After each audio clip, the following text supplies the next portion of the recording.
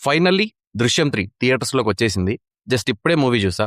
కానీ ఈసారి రీమేక్ మూవీలా కాకుండా మోహన్ లాల్ గారి బర్త్‌డేకి స్పెషల్ గిఫ్ట్‌గా ఇవాళే థియేటర్స్‌లో మలయాళం డబ్బుడ్ వర్షన్ రిలీజ్ చేశారు.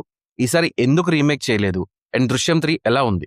ఇదంతా డీటెయిల్ రివ్యూలో మాట్లాడేసుకుందాం. దానికన్నా ముందు మన ఛానల్‌ని ఇంకా సబ్స్క్రైబ్ చేసుకోకపోతే ఇప్పుడే సబ్స్క్రైబ్ చేసుకోండి, సపోర్ట్ చేయండి. థాంక్యూ. ప్లాట్ మనకు ఆల్రెడీ తెలుసు. హీరో తన ఫ్యామిలీని ఒక అనుకోని సిచ్యువేషన్ నుంచి ఎలా కాపాడాడు? దానికి వాళ్ళు తీసుకున్న డెసిషన్స్ ఏంటి?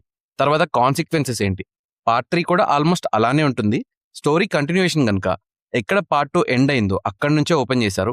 కానీ ఈసారి హీరోకున్న ఒక డ్రీమ్ అచీవ్ చేయడంతో కథ మొదలవుతుంది. అలా వెళ్తున్న స్టోరీలో ఒక అన్ఎక్స్పెక్టెడ్ సిచ్యువేషన్ వస్తుంది. ఆ తర్వాత ఏం జరిగింది?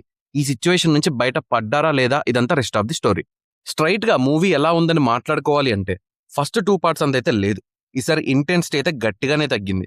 సినిమా అంతా ఒక ఈవెంట్ దగ్గర ఆగిపోవటం, మూవీ త్రూ అవుట్ ఇదే పాయింట్ మీద రన్ అవటం, వేరే ప్రోగ్రెషన్స్ పెద్ద ఇంట్రెస్టింగ్ గా లేకపోవడం డిసప్పాయింట్ గానే ఉంది.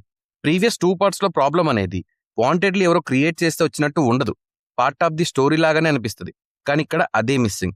వాంటెడ్లీ ఒక అన్నెసెసరీ సిచ్యువేషన్ ని ఇరికిచ్చినట్టు ఉంది తప్ప ఇదేం ఫ్లోలో వెళ్ళిపోయే సిచ్యువేషన్ లాగా అనిపించలేదు. మూవీ ఒక పీక్ సిచ్యువేషన్ కి వెళ్ళడానికి ఇనిషియల్ స్టార్ట్ తీసుకోవడానికి చాలా టైం తీసుకుంటుంది. ప్రీ ఇంటర్వెల్ వరకు స్లో పేసింగ్ క్లియర్ గా అర్థమవుతుంది. వన్స్ ఇంటర్వెల్లో ట్విస్ట్ రివీల్ అయ్యాక కొంచెం క్యూరియాసిటీ బిల్డ్ అవుతుంది. కానీ మళ్ళీ సెకండ్ హాఫ్ లో సేమ్ సిచ్యువేషన్ వస్తుంది. హీరోకి ఆపోజిట్ గా కొన్ని థింగ్స్ జరుగుతాయి. కానీ అంత స్ట్రాంగ్ గా అనిపించలేదు. బేసిక్ గా జార్జ్ మెంటాలిటీ ఏంటో తెలిసిన వాళ్ళు ఇంత సిల్లీ మిస్టేక్స్ చేయరు. సో అలాంటివి ఎక్కువైపోయాయి. కొన్ని క్యారెక్టర్స్ ని మధ్యలోనే ఎండ్ చేసేశారు. సరైన ఫినిషింగ్ కూడా ఇవ్వలేదు వాళ్ళకి. అలా ప్రీ క్లైమాక్స్ కి మళ్ళీ మూవీ ఇంటెన్స్ మోడ్ లోకి వెళ్తుంది. కానీ ఈసారి జీతూ జోసెఫ్ గారి 'దృశ్యం మార్క్' క్లైమాక్స్ ని డెలివర్ చేయలేపారు. క్లైమాక్స్ అనే కాదు, మూవీలో ఉండే మెయిన్ మోటివ్ వీక్ అయిపోయింది. మోటివ్ స్ట్రాంగ్ గా ఉంటే ఎమోషన్ కూడా బాగా వర్క్ అయ్యేది. బట్ ఇది డెఫినెట్లీ మిస్సింగ్. అండ్ ఇంకో విషయం ఏంటంటే టీమ్ అనౌన్స్ చేసినట్టు మూవీకి సీక్వెల్ కూడా ఉంది. బట్ థర్డ్ పార్ట్ కొంచెం వీక్ అయింది. అండ్ ఇంకో చిన్న ప్రాబ్లం ఏంటంటే ఇది డబ్బుడ్ వర్షన్. కానీ మనం ఇప్పటి వరకు రీమేక్ చూసాం.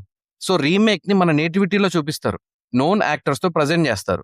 ఇక్కడ ఏంటంటే అవే క్యారెక్టర్స్ వేరే యాక్టర్స్ చేయడం, వేరే నేటివిటీ అవడం వల్ల స్టోరీలోకి అంత ఈజీగా డైవ్ చేయలేం. చిన్న కన్ఫ్యూజన్ అయితే ఉంటుంది. ఎంతైనా వెంకీ మామ ఈ రోల్లో చాలా బాగా సెట్ అవుతారు. కానీ రీమేక్స్ చేయడం ఇష్టం లేక బడ్జెట్ ఇష్యూస్ వల్ల ఈ ప్రాజెక్ట్ నుంచి వెంకీ మామ సైడ్ అయిపోయారు.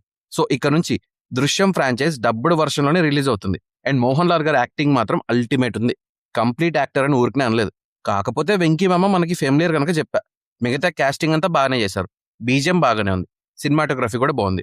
రైటర్ డైరెక్టర్ జీతూ జోసెఫ్ గారు. ఈసారి 'దృశ్యం 3' ప్రీవియస్ మూవీస్ అంత బెస్ట్ మూవీ అయితే కాదు. చాలా డౌన్ఫాల్ ఉంది స్టోరీలో అండ్ ఎగ్జిక్యూషన్ లో. నా వరకు average to below average movie ఇది. సో మీరు మూవీ చూస్తే మీకు ఎలా అనిపించిందో నా కామెంట్స్ లో మెన్షన్ చేయండి. నా రివ్యూ నచ్చితే సబ్స్క్రైబ్ చేసుకోండి. Thank you for watching.